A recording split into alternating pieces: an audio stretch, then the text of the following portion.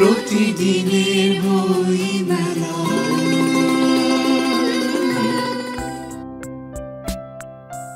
ইত্যাদি গ্রন্থ প্রকাশের সামনে দেখা হয়ে গেল নাট্যকার ফারজানা নাজ স্বর্ণপ্রভার সাথে। তিনি জানালেন তার লেখা নাটক রাঙাবালি সম্পর্কে। রাঙাবালি আমার প্রথম মঞ্চনাটক, প্রথম প্রকাশিত গ্রন্থ। রাঙাবালি আমার এই নাটকের প্রধান নারী চরিত্রের নাম। এই নাটকটি মূলত রাঙাবালির জীবনের প্রেম, বিরহ, প্রাপ্তি, পূর্ণতা, অপূর্ণতার আখ্যান।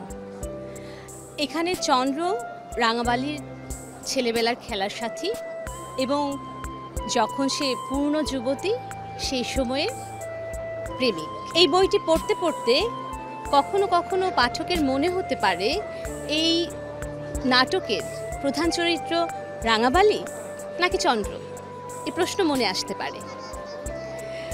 আমি এখানে মূলত আমাদের যে প্রাচ্যের মহাভারতের মৎস্যগন্ধা নারী যোজনগন্ধা আছে এবং আমাদের যে মৎস্যকন্যার মিথ আছে প্রাচ্য এবং পাশ্চাত্যে, সেই মিথ থেকে অনুপ্রেরণা পেয়ে এখানে মানব প্রেমের সাথে মিথের একটা সংশ্লেষ ঘটানোর চেষ্টা করেছি।